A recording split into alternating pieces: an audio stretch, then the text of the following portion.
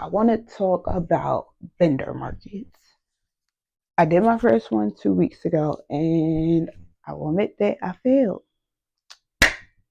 Yep, took me 2 weeks to talk about this. So I spent $350 on the vendor fee, and I made $50. Now, I think I just jumped on this event just way too early. It had popped up on my Instagram, and I was just like, oh wow. But at the first time vendor, what I didn't realize was that they were relying on the vendors to advertise for the most part. And when you don't have people advertising, then nobody really knows. I did the show in Philly. They do a show in Virginia, Philly, and Atlanta. And what I noticed is that Atlanta is, of course, naturally, because black hair, everybody does here in Atlanta. That is their biggest focus, is on their Atlanta show. And I believe they even are now going to be 2 days in Atlanta. But the advertisement lacked for Virginia and Philadelphia. Like at one point, it was just like, oh, will this be a bust completely? And I get no sales. It's like, it's my first event.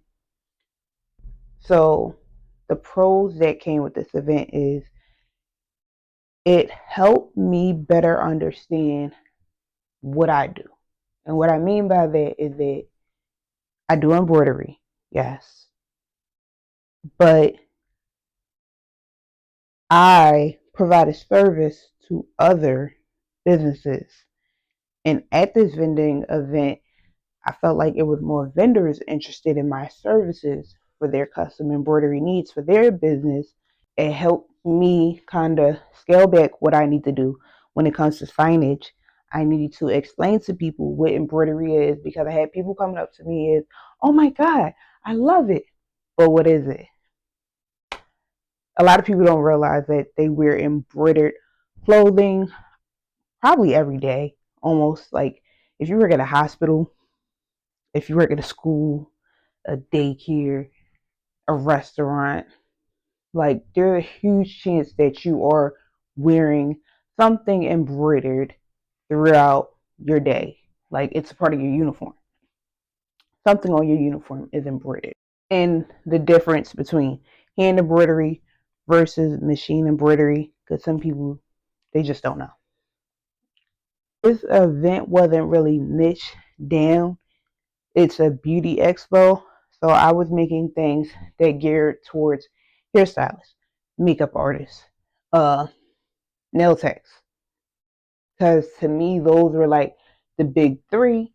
But in reality, at this event, the biggest thing was hair. What I did sell, I sold 2 hats, and they were both hair hustler hats. So I did walk away with contacts, even though I did not make my booth fee back. I came up with packages for businesses. Took me out of my comfort zone, because that is just so not me. Even it's just not me. But